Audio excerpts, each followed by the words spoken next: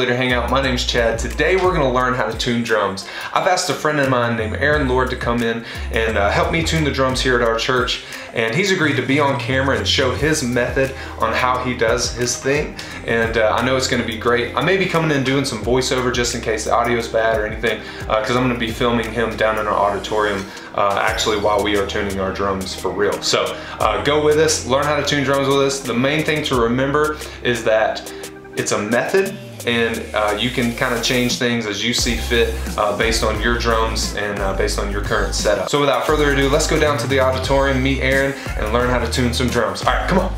There was a guy when I was doing a lot of studio work that taught me his tuning method, but most guys, even you know, world-renowned drummers living like Dave Weckl, tunes, you know, your top and bottom head the same note, the same pitch. This guy, well, when I was in the studio, his name was Tony, and I can't remember his last name right now, but he taught me to tune the bottom head of the toms a little higher than the top. And it's actually, you actually tune to a note.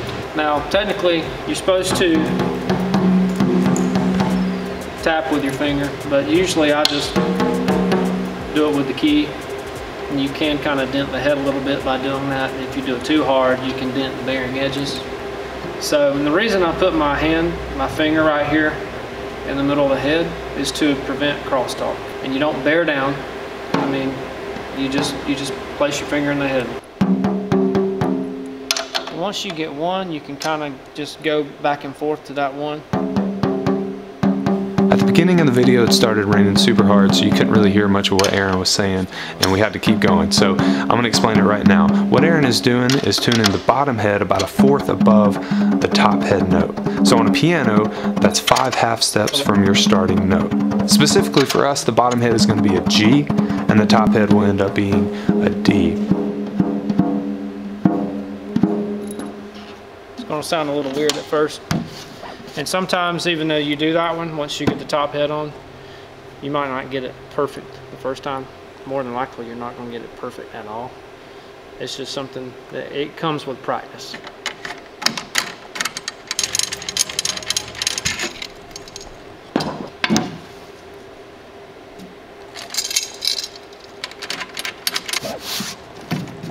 So I'll literally, and you'll probably hear the head kind of crack and pop.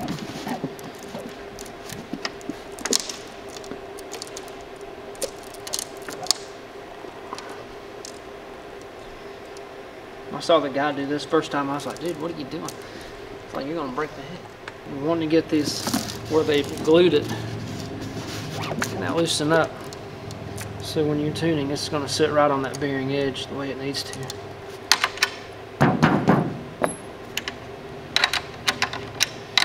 I might tighten it up just a little bit so I can get some sort of pitch out of it, but not too much, because you don't want to have to back it down. So now, after replacing the top head, Aaron's going to tune it to a D, which is 1/4 below the bottom, which was a G. He uses an iPhone app to find the right pitch and reference that as he's tuning. As you saw, after replacing the head, he tightens the lugs just enough to where he can start hearing the tone, so that way he can start tuning it by ear in reference to that note on the piano app.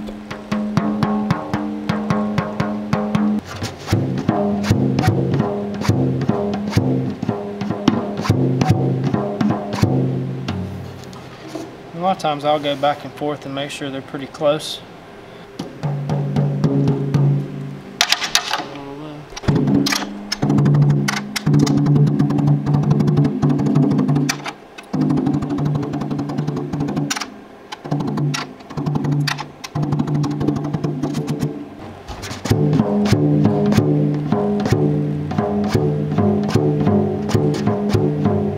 That sounds pretty close.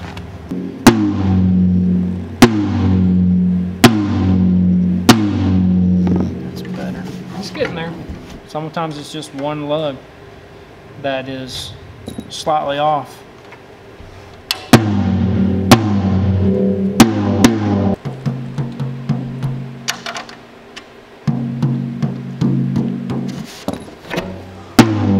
So what's on your top head here is what's going to be on your bottom head of the 4-tom.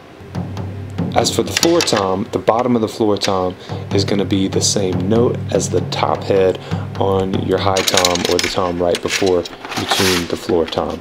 It's not necessarily going to be the same pitch, simply because it is a bigger head, but it is going to be the same note. You can reference that on the piano app as you go along. So in our case, the bottom head on the floor tom is going to be a D, and the top head is going to be just a fourth below that, which is an A. So a fourth interval between the bottom and the top head.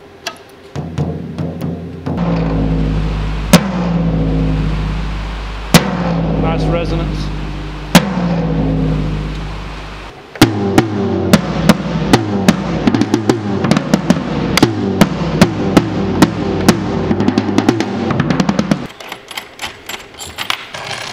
You hold that so we don't have to take all those off and put them back on.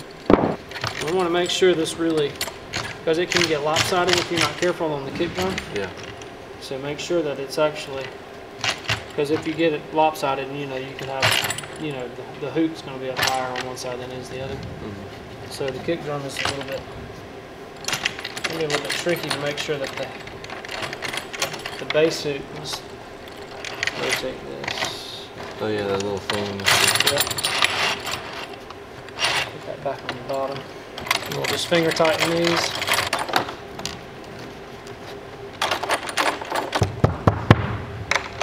Basically, I just barely tighten these. Yeah, you want this head to be loose.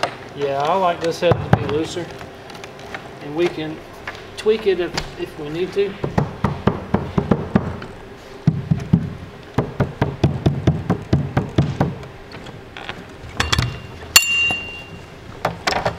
You really don't want these to move any. If they do move a little bit, just take them a little tighter. Basically on the batter side of the kick drum, I'll just finger tighten it and get it a little past that. And then if it's still got some wrinkles and stuff in it, I like to get the wrinkles out, but not too tight. I like it to be kind of slappy so you can get that punch. I mean, you don't want any wrinkles in the head for sure. So just barely enough to get the wrinkles out of the head. And then on the front head, I like that to be a little tighter. It gives it a real nice punch.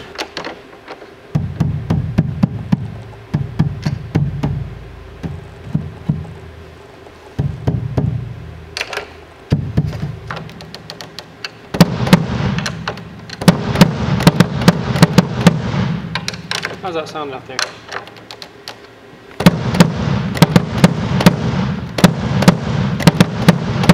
Pretty good?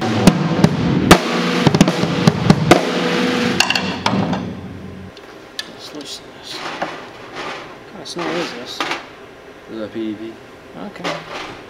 Got 2 Christmases ago, I think. Good deal, man. It's a nice little snare. Yeah, it's like, it was like 220, I think. I loosen the snares up all the way. So you need some new snares. So these are twisted once you let them loose. Yeah. When they get twisted and stuff like that, it's Yeah. time to replace them. When they start to get warped. Yeah. And you kind of, you can see they're kind of waffly there. Mm-hmm. They're not just straight across. You want your snares, if you look straight across through there, you want your snares to be even. All the way from one side to the other. So this is how I mess with my snares with the drum head on. Let's put the stick in there.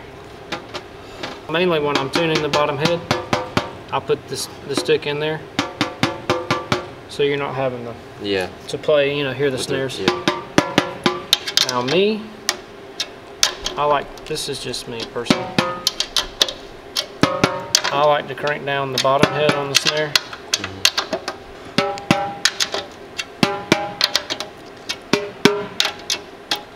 Loosen this up.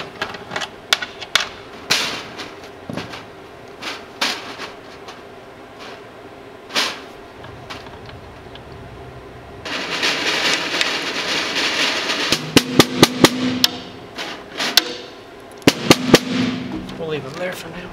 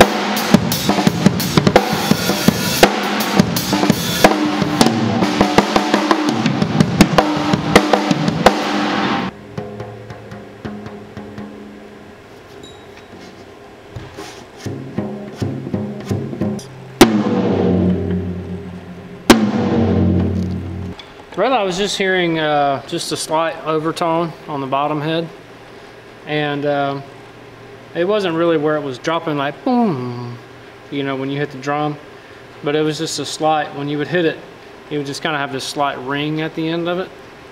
And so that's why I was trying to get out of it, and I think I did it.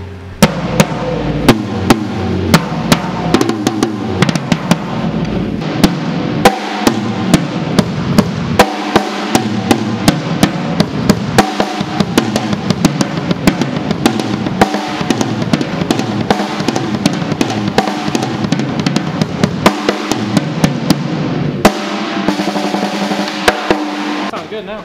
Wow, I know that's a lot of information that we just heard from Aaron. Thank you so much, Aaron, for being willing to share all that stuff.